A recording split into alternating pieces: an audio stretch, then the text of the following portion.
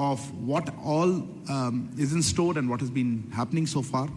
We have our proud privilege to have here on the dais Shri Amitabh Kant, Indian Sherpa. Joining him, Shri Ajay Seth, Secretary DA, also the Finance Deputy of the process. Next to him, Shri Harshvardhan Shringla, Chief Coordinator of the G20. And on my left, Shri Vinay Quatra, Foreign Secretary. I would request them to make brief opening remarks, after which we will open the floor. Sir, if I could hand over the floor to you, sir. Thank you, Arindam. When India took over the presidency of G20 in Indonesia at Bali, we were in the midst of a scenario of slowing growth and productivity worldwide. There was a huge impact of COVID-19 pandemic, which had led to vast segments of the global population going below the poverty line. Vast number of people had lost their jobs. There was a cost of living debt crisis. There had been a reversal on the Sustainable Development Goals. There was a challenge of climate crisis and climate action.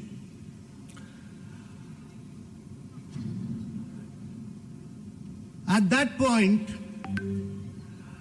India felt that we should start our presidency with the theme of Vasudhaiva Kutumbakam. That is, the world is one family. We are one earth, one family, and we should have one future. And the Prime Minister, who's the leader of G20 from India, and I act as his Sherpa, he said that our presidency, India's presidency, should actually be inclusive, it should be ambitious, it should be decisive, and it should be action-oriented. And these are the 4 principles on which we have worked. And I can assure you that we have lived up to his vision of being inclusive, ambitious, action-oriented, and very, very decisive during our presidency. During this presidency, we had some broad priorities with which we started. And these priorities were very critical for the global world. First of which, that at a point of time when the 1/3 of the world is facing a recession, we should drive bold, sustainable, strong, and inclusive growth. The second key priority for us was to have accelerated sustainable development goals, because only 12 of the 169 SDGs are on track, and we are way behind the schedule. We are midway at the 2030 action point, but we are way behind, and therefore accelerating SDGs, improving learning outcomes, health outcomes, nutrition, all these were very critical for India's presidency. Thirdly, we wanted the world to take the lead on green development in the context of climate action and climate finance. And there were several components of this which we wanted to drive, and therefore green development, climate action, climate finance was our third priority. And because both SDGs and climate action require finance, particularly for developing and emerging markets in the global south, it was critical that we focus on multilateral institutions of the 21st century, how to redesign and reform them. And our view was that global south, developing countries, emerging markets, which has been a very, very key component of India's presidency must be able to get long-term financing and must be able to use new instruments for financing to drive both SDG and climate finance. So the fifth priority of India's presidency was that we must have technological development and digital public infrastructure. Because if we have to lift vast segments of the population, if we have to make a difference to the global south, technology will be the key driver. And most of the innovations in the world have come from the big tech in the West, and even in China they've come from big tech.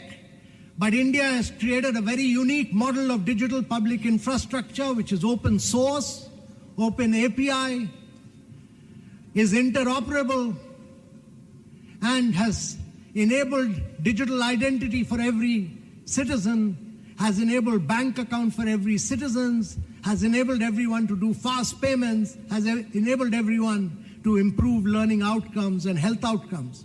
And during the COVID, we were able to do 2.2 billion COVID vaccinations.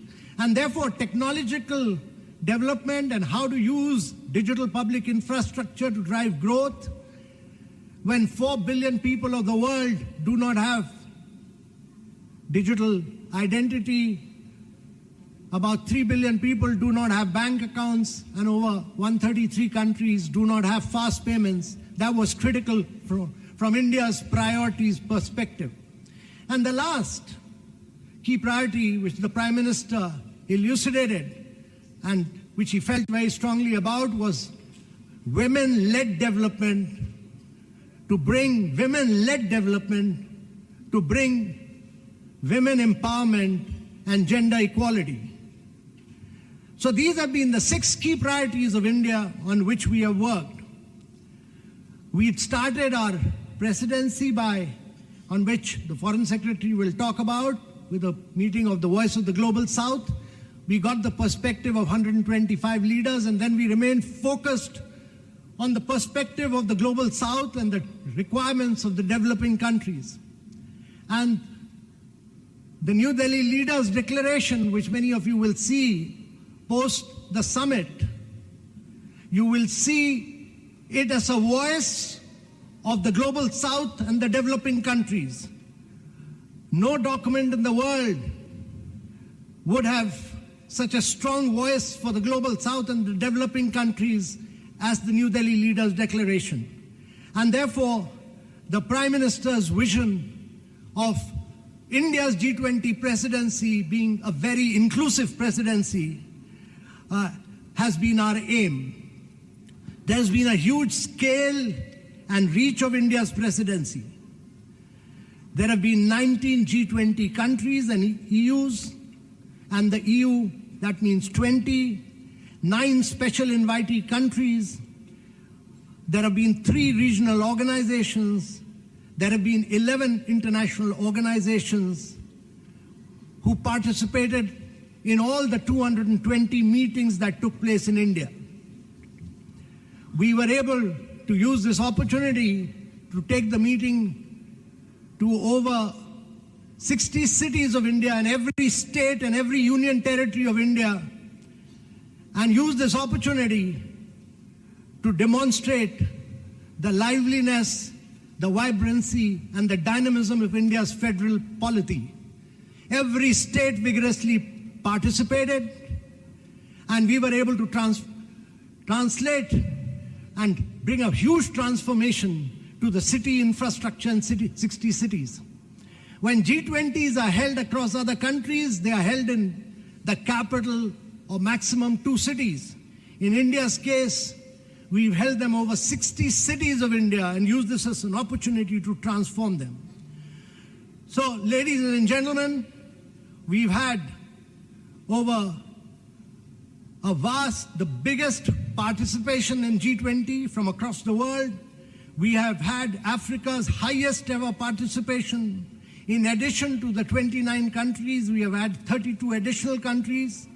We've been the voice of the Global South. We've done a huge number of Indian, during this period, we've used this opportunity also to push a huge amount of Indian narrative through one district, one product. That is every district which has come out with a product. Focused, that was the only gift we gave to all the visitors who came during our presidency so that we could have an impact on the lives of our artisans. We have focused on millets, which is critical from the viewpoint of sustainability of agriculture. We have focused on achievements of India as a mother of democracy, as focused on the digital transformation and digital public infrastructure. So with these few words, ladies and gentlemen, I can assure you that our presidency has been inclusive, decisive, and action-oriented. Our New Delhi leaders' declaration is almost ready. I would not like to dwell on it because this declaration will be recommended to the leaders and the leaders will then accept it. And only after it has been accepted by the leaders, we'll be able to talk about the actual achievements of this declaration. With these few words, I'll conclude. Thank you very much. Thank you very much, sir. May I now hand over the floor to Shri Ajay Seth, Finance Deputy, sir. Good afternoon to all.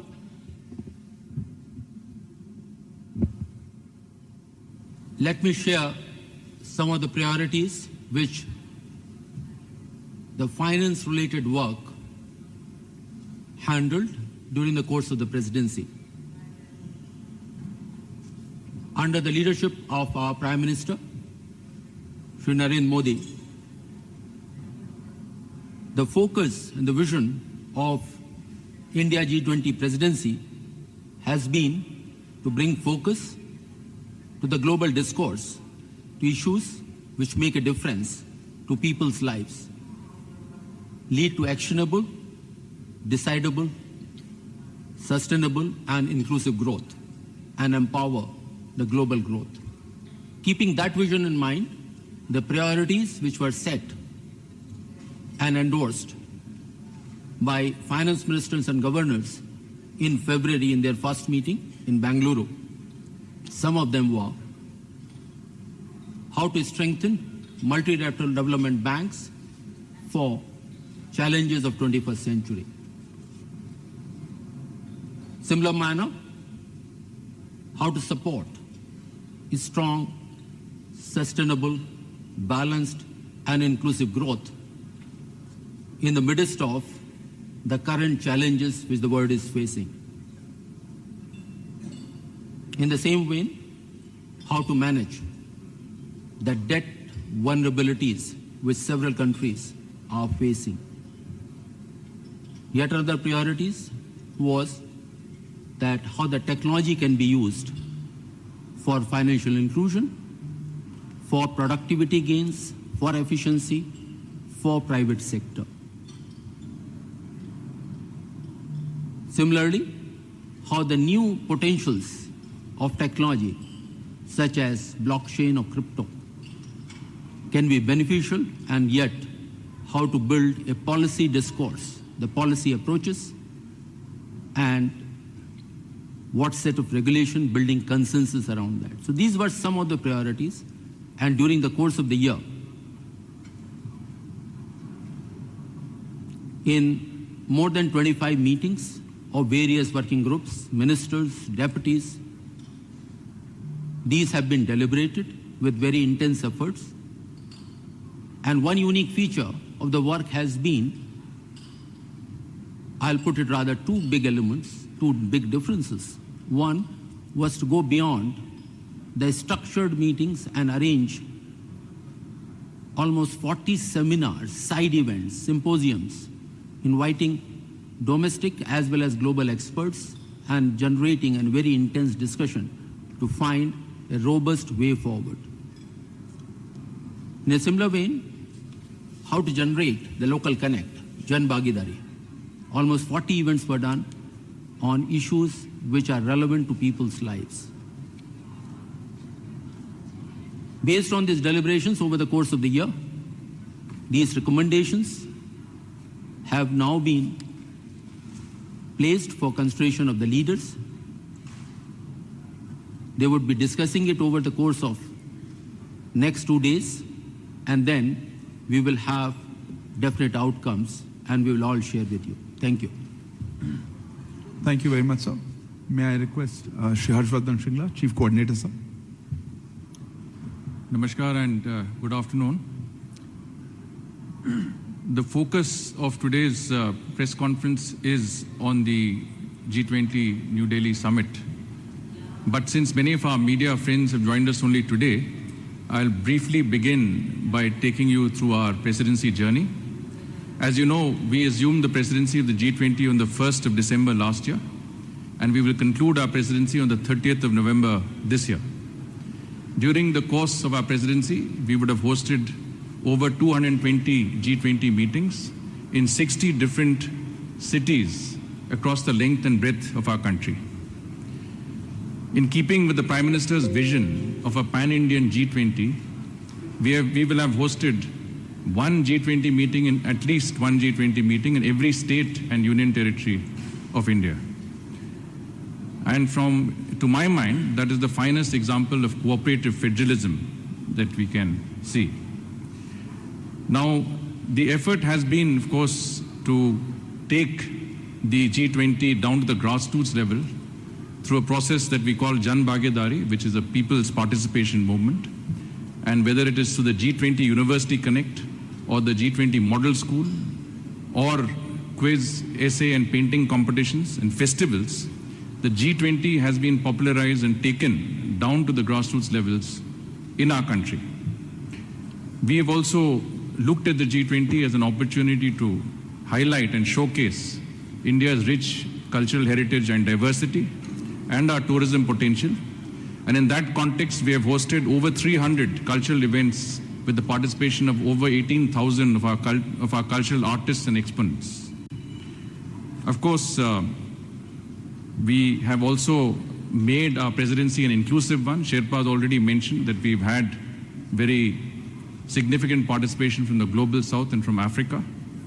We would have received a total of about 100,000 visitors for our G20 presidency from over 125 nationalities. And for many of them, this has been the discovery of a new India. And I think that has been very significant from their point of view. Clearly, the G20 presidency will bring economic benefits to our country and to our citizens, and that's also been a very important objective. Now, when you organize such a huge exercise, an unprecedented and uniquely Indian presidency, you do need an organizational base.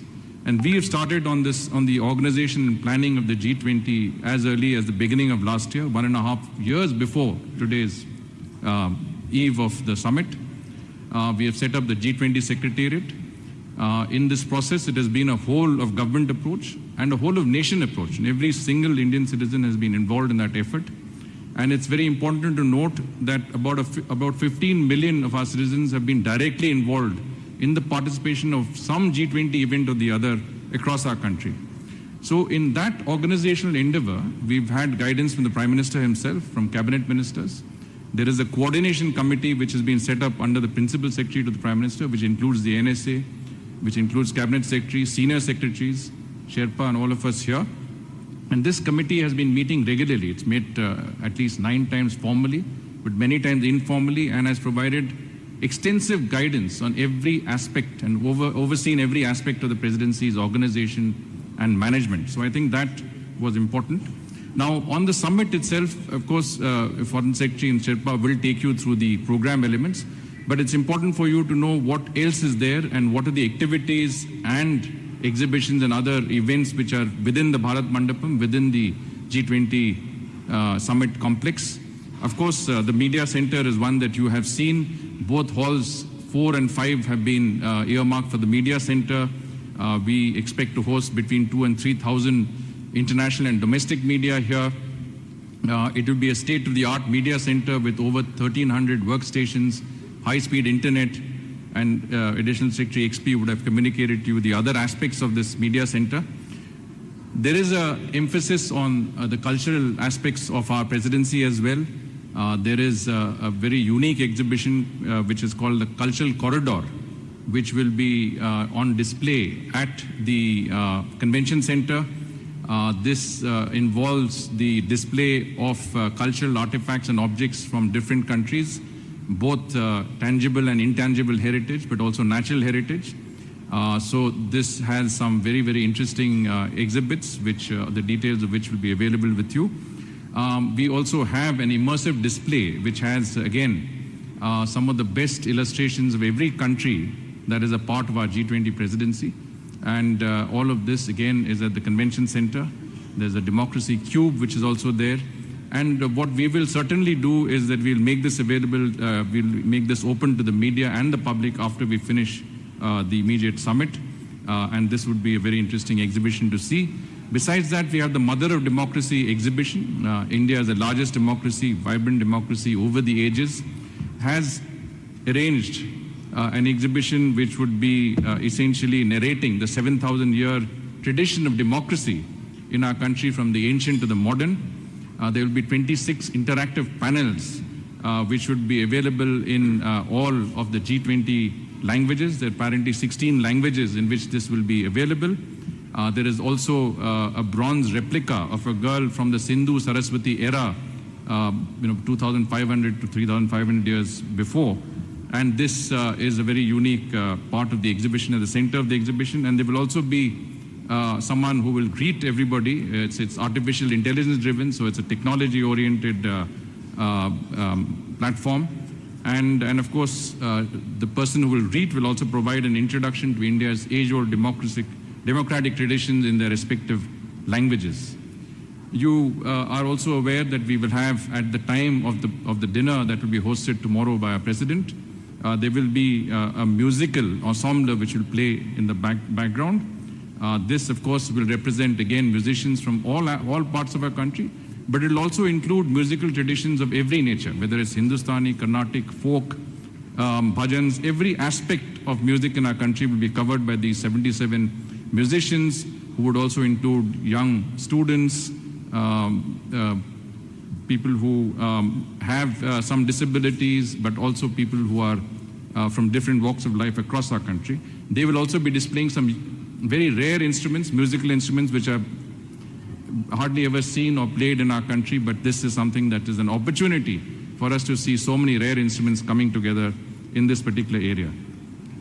Now, there will be a strong emphasis on technology, especially technology that is linked to public digital public infrastructure.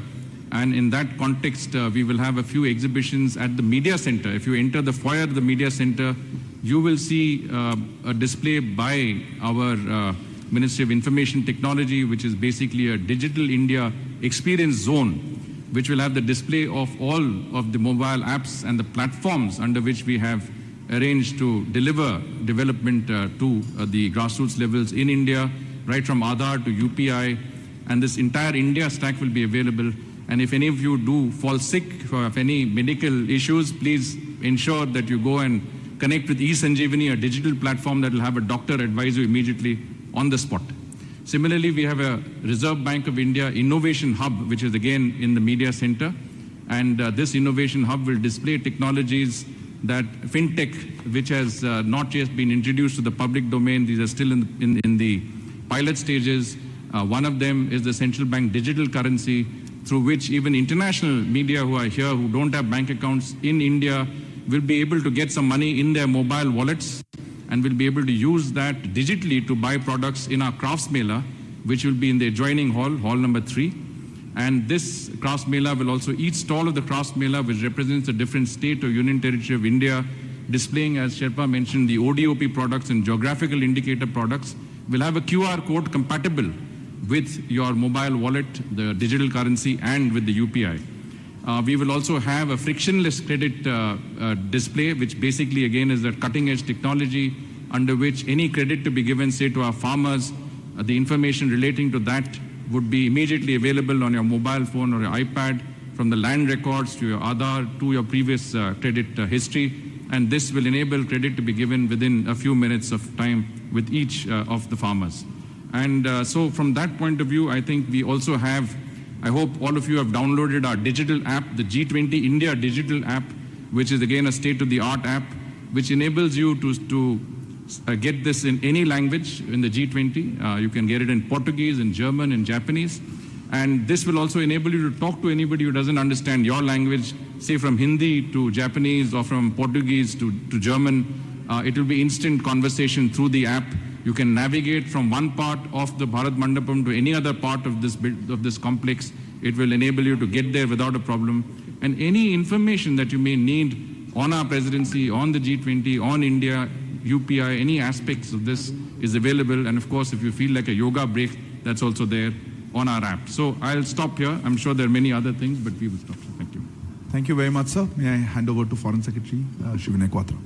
Thank you very much, and good afternoon to friends from the media, both domestic and international.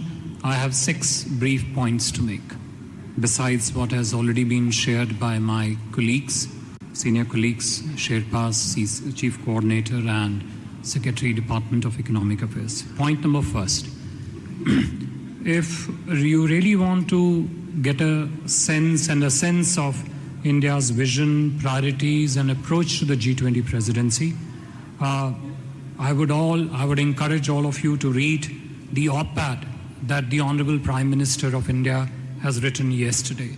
It captures, it distilled a sense of how India envisions and looks at the ongoing G20 presidency of India. 2, the coming together of the 41 heads of delegations, heads of state, government, heads of international organization in India starting yesterday is under Prime Minister's personal leadership and direction. It is essentially a celebration of the coming together of the G20 family. And as our Sherpa mentioned earlier, it's the largest ever participation of the Global South in India. 3, whether it concerns India's national priorities with regard to G20 or the priorities of G20 countries as a collective, as also the concerns and interests of the Global South. The specifics of the agenda which the Sherpa and the Department of Economic Affairs Secretary mentioned, they have been structured in a most inclusive and the harmonious concepts of one earth, one family, one future. 4, very briefly with regard to the program of the G20 Summit, the summit official conference program is structured around 2 sessions. First one Earth starting tomorrow morning, one family tomorrow afternoon, and one future in the morning of the 10th. Besides 3 sessions of the conference, there would also be a couple of sideline events which are currently being structured involving India and other heads of the state who are visiting us here.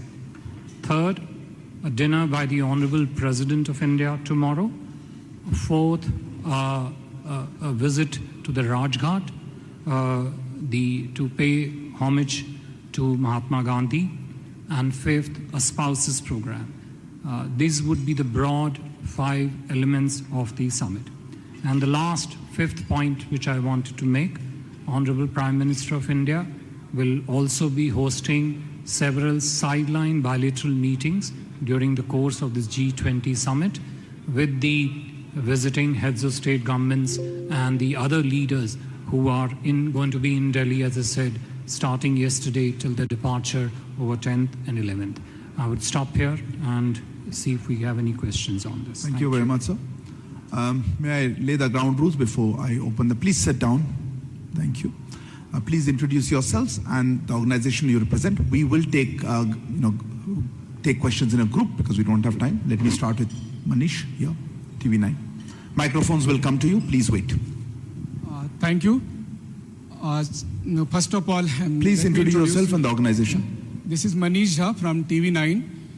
Amitabh Ji, Foreign Secretary and Chief Coordinator. I must tell you first of all that arrangement at International Media Center are really excellent. I have attended 4 summits before this summit, and I can tell very proudly that these arrangements are really best. So thank you so much. So my question I would like to ask in Hindi. Amitabh ji, लगातार आप लोग joint declaration को लेकर लगे हुए थे, बहुत मेहनत कर रहे थे. आपने हिंट भी किया है कि ज्वाइंट डिक्लेरेशन आएगा और बहुत अलग तरीके से बहुत खास होगा. लेकिन खबरें ये भी आ रही थी कि चीन की तरफ से हर मीटिंग में ज्वाइंट डिक्लेरेशन में कोई कंसेंसस ना हो, इसके लिए कोशिश की जा रही थी. कभी वसुधैव कुटुंबकम के नाम पर, कभी किसी और की लैंग्वेज जो है संस्कृत में क्यों है. तो किस तरह ये जर्नी रही, अगर आप इसको शेयर कर सके, क्योंकि हर जर्नलिस्ट यही पूछ रहा है ज्वाइंट डिक्लेरेशन आएगा या नहीं आएगा, अगर आएगा तो कैसे आएगा. Yeshi, yeah.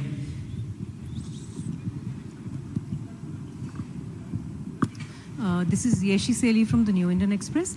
I'd like to know, Yeshi Seli from the New Indian Express, I'd like to know who's representing African Union. Is it Wacky Sol for the G20?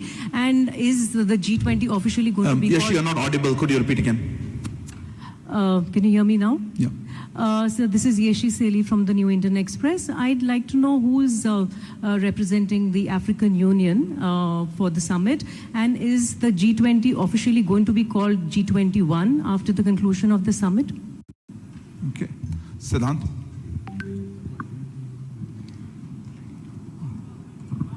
Hi sir, I'm Siddhant from WION. My question is, do you think the absence of the Chinese president impacts the summit's proceeding?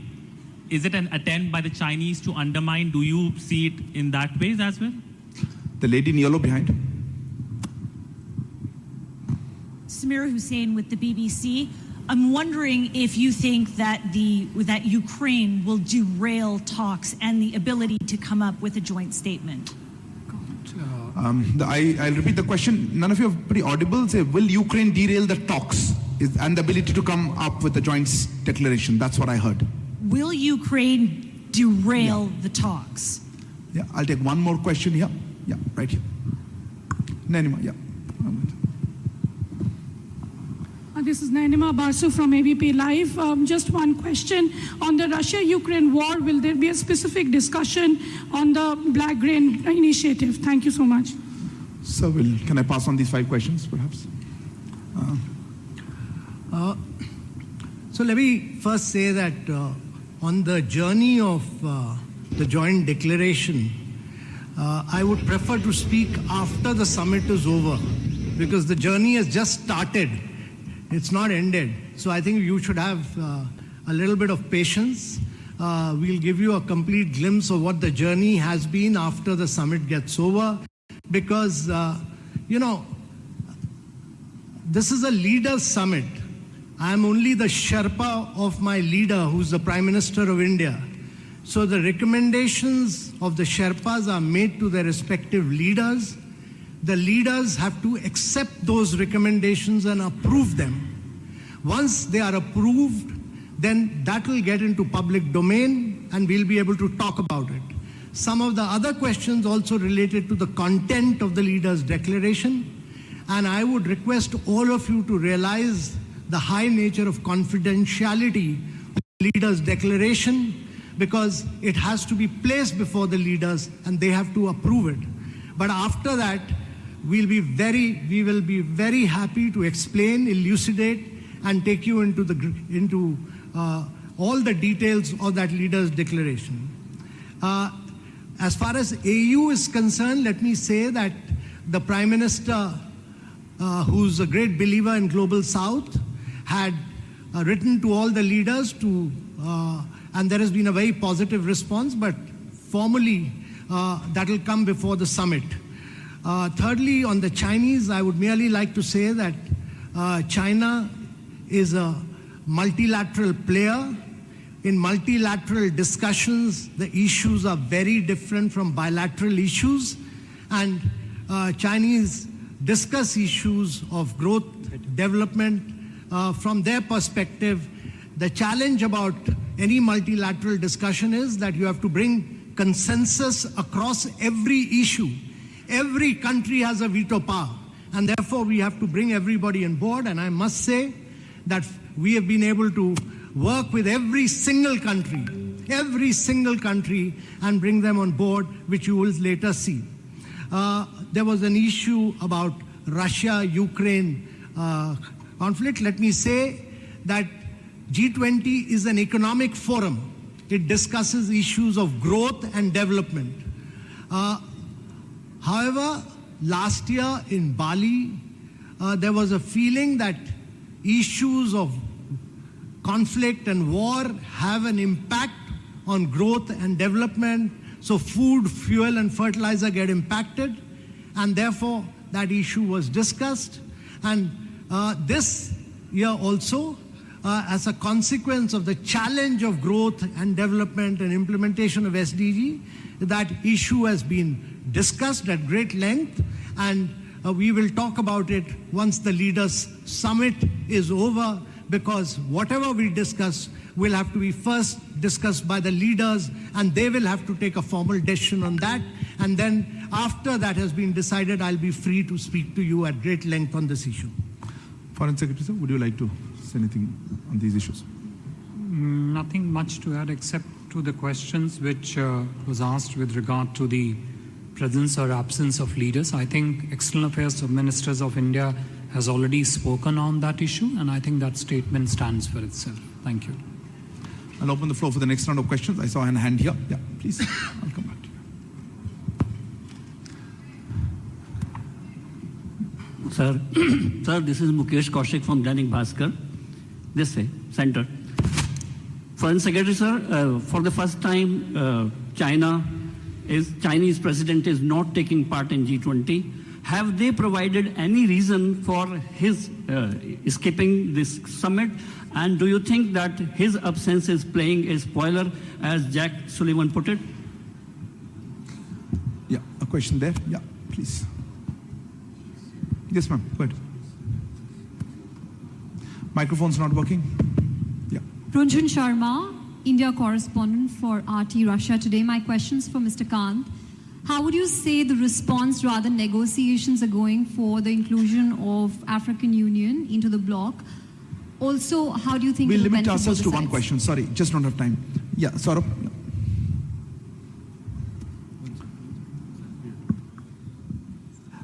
Good afternoon, everyone. This is Saurabh Shukla. I'm editor-in-chief of News Mobile. This G20 presidency is also about India's solutions for the biggest challenges that the world faces today. What are the three big takeaways that you expect from the Leaders Summit? More specific questions? Anyway, behind that, yeah. Go ahead. Behind you, yeah. Go ahead, please. Yeah. So this is Pranay Upadhyay from Z News, and my question is to Sherpa Amitabh Kanji. Sir, India has been long pushing for the MDBs, like multilateral development bank reforms, and after the finance and the joint finance and the Sherpa track meeting, what is the takeaway? Is there a consensus emerging for the multilateral development bank reform, and how far we are to onset the process after the Delhi summit? Okay, I'll take one more question here. Yeah, gentleman at the back. Yeah, please. Sir मैं Madhurendra news nation से बोल रहा हूँ. नहीं, you have the floor. बैठ जाइए. Please sit down. Please sit down. You have the floor. You have the floor, but please sit down and ask the question while sitting down. Sir मेरा सवाल है. Will you please sit down, sir? You are blocking the camera. Thank you. मेरा सवाल है अमिताभ कांत जी से. मैं श्रीकांत भाटिया हूँ, संवाद सिंधी न्यूज़पेपर है. सर जो भारत की छवि विदेश में है, क्या छवि का अवलोकन करने के लिए हमारे कुछ राष्ट्राध्यक्ष on the spot भी जाएंगे कुछ गांव में और कुछ सिटीज में देखने के लिए? To the villages to even promote this image there. Are you talking about the leaders? Somebody had the floor when I interrupted. Who had the floor? You had the floor. Go ahead. Hi, sir. My name is Ashok Raj from ENI. I have a question regarding to this event. My question addressed to Mr. Singla ji. That how do we coordinate such massive effort, and what were the organization structure changes? I'll take this round of questions, sir. Finance Secretary, sir, perhaps on the MDBs, sir, Foreign Secretary, sir, you'd like to answer? Why don't you answer next? Some of you asked that what are the three key big takeaways from the summit. My request to all of you would be that please bear with us for another 2 days. Once the leaders consider the recommendations made by their ministers, governors, and give their decision, that would be the time to take a stock. That what have been the big takeaways as far as MDB reforms are concerned, both on strengthening multilateral development banks as well as other institutions, strengthening them like IMF. There has been a very rich and intense discussion, and we are highly hopeful that the discourse over the past 9 months will get a positive consideration from the leaders. Thank you. So, okay, thank you. Look, I have already responded to the question on the presence or absence of certain leaders from the summit, and I mentioned that External Affairs Minister of India has already responded to that question.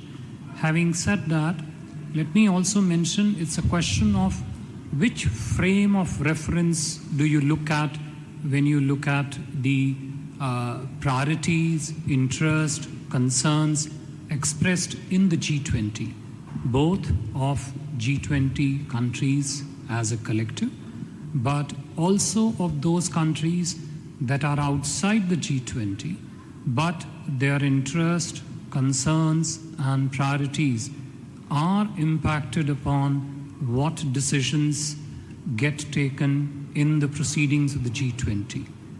We are welcoming, as I mentioned, heads of 41 delegations, heads of states, heads of government, heads of international organizations in Delhi since 7th for the coming 2 days.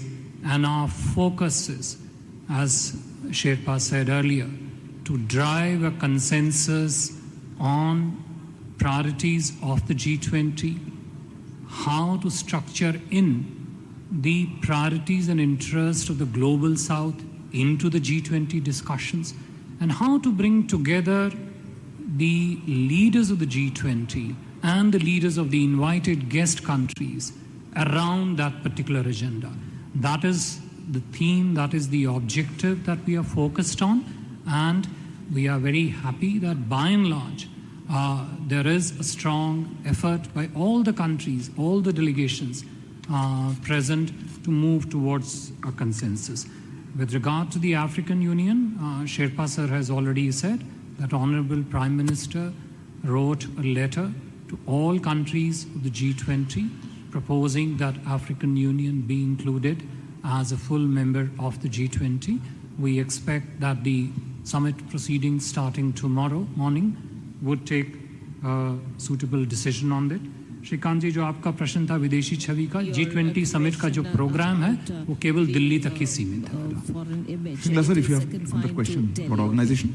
Yeah, I think Rajji had asked this question about G20 being involving a massive effort and the organizational aspects behind it. And I did, in my opening remarks, say that it was not only a whole of government effort, but a whole of nation effort, because it is not only a huge exercise, but it is also an unprecedented exercise. We have never been president of the G20 before. This is also one of the most significant events we have organized, international events we have ever organized. And I think every Indian citizen, in a certain sense, is a stakeholder in this exercise, because the pride he feels of India hosting an event of this scale and magnitude with such level of success. So it certainly has been, an organizational effort that has gone across the country. But one aspect I think I'll just flag, an additionality which I want to put across, is that it has involved also an equal, let's say, collaboration, cooperation with every state and union territory in our country, because we have taken it down to the grassroots levels, and every state has seen this as an opportunity to promote the state's, tourism potential, recount its own developmental achievements, utilize the platform to highlight what every state in its own case has done. So from that aspect, as I said, it's a very fine example of cooperative federalism, and it has involved a level of cooperation that has gone from the central government to the states, to the municipalities, to the districts, and down to the grassroots levels. So I think if you look at the success of this presidency, it is guided at the highest levels, but it has also involved every citizen of our country. Sherpa sir, if you have anything to add on that question. No, I think Saurabh asked that question about the three key takeaways or what. Well, let me tell you that India has tried to build a huge India narrative to the G20. You will see this in the New Delhi Leaders' Declaration, whether India has been the voice of the Global South, whether India has been the spokesperson of the developing countries, whether we've brought in the huge amount of technological development that India has done through the digital public infrastructure. But I would suggest that it's not just three, but there are enormous number of lessons which come out of it. But you will have to wait for the Leaders' Declaration to emerge. And you will then realize that it's that India will leave a huge imprint. Thank you, sir. Tripti? We can't accommodate everybody, sorry. Yeah, go ahead. The Wall. Microphone, Tripti please. Lahiri from the Wall Closer, Street please. Journal. Yeah. Hi, my question is about, so in addition to China and Russia's leadership not being here, we've also seen them coordinating at other forums, be that BRICS or elsewhere, that India is also part of. Do we see that there is a bifurcation, China, Russia on the one side coordinating more? And does that mean that the space for broad-based multilateral cooperation is shrinking? Neeraj, at the back. Sir Neeraj हूँ news 18 India से। हमारा सवाल Amitabh sir और विनय sir से है।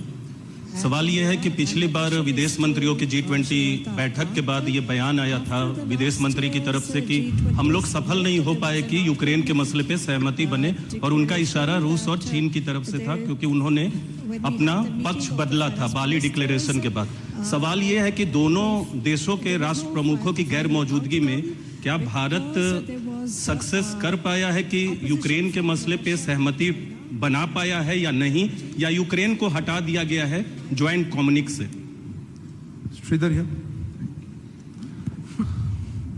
Good afternoon, sir. This is Sridhar from the Asian Age. Sir, you mentioned that the New Delhi Declaration is almost ready. Are we to assume that the consensus has been achieved on all issues? And will there be a separate chair's summary which will be issued at the end of the summit along with the joint communique? Will there be a separate chair's summary? Thank you. Vishnu? Yeah.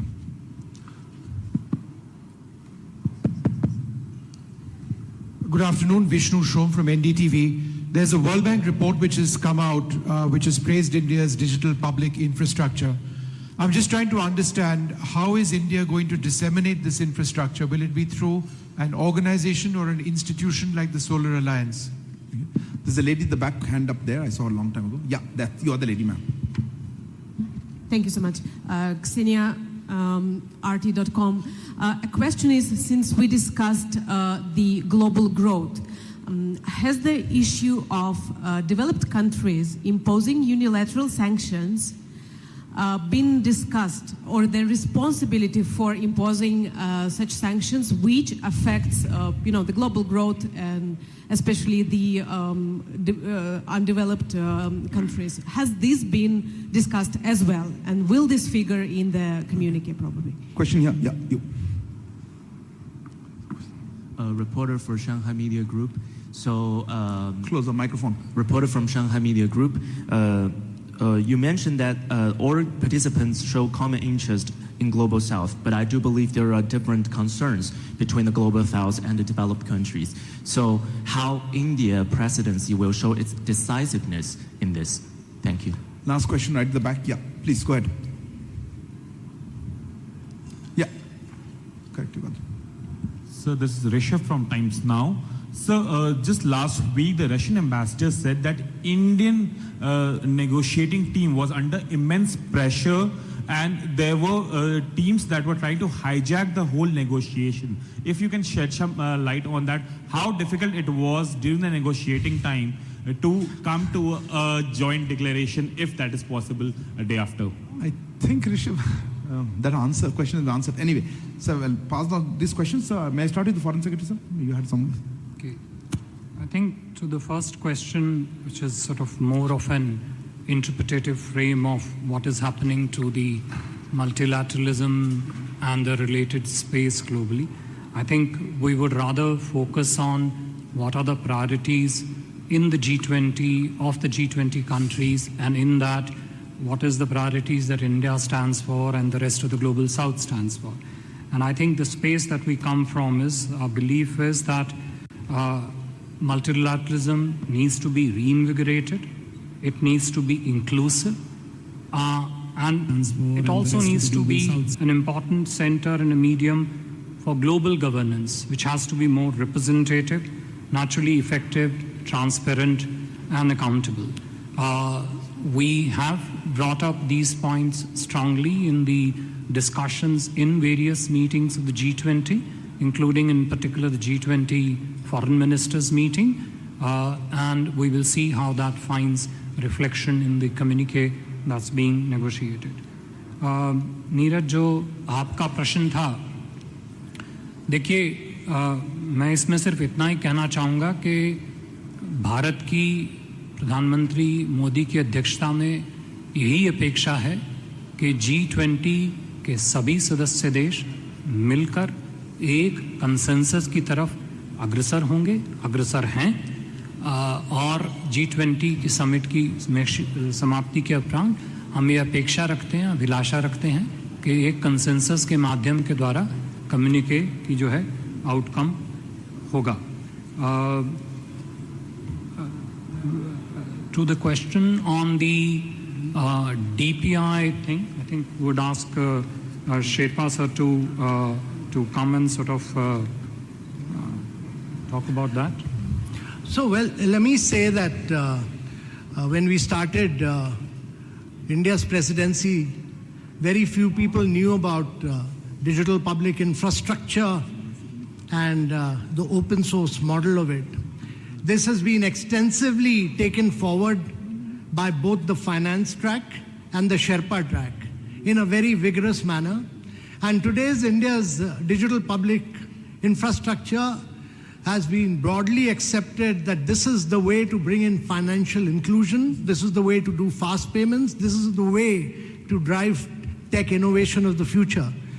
And I think one of our great achievements, somebody had asked about key takeaways, while we are not talking at this stage about achievements, but I think one of the key takeaways of India's presidency is that the world acknowledges that India has truly revolutionized technology through the digital public infrastructure, which is a unique model.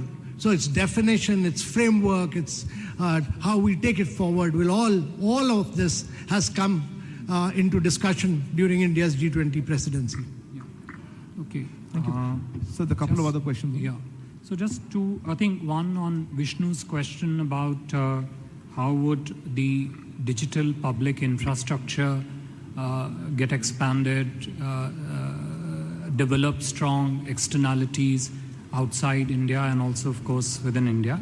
I think that is something which remains a very strong, robust, and an ongoing effort of the entire government of India and various departments.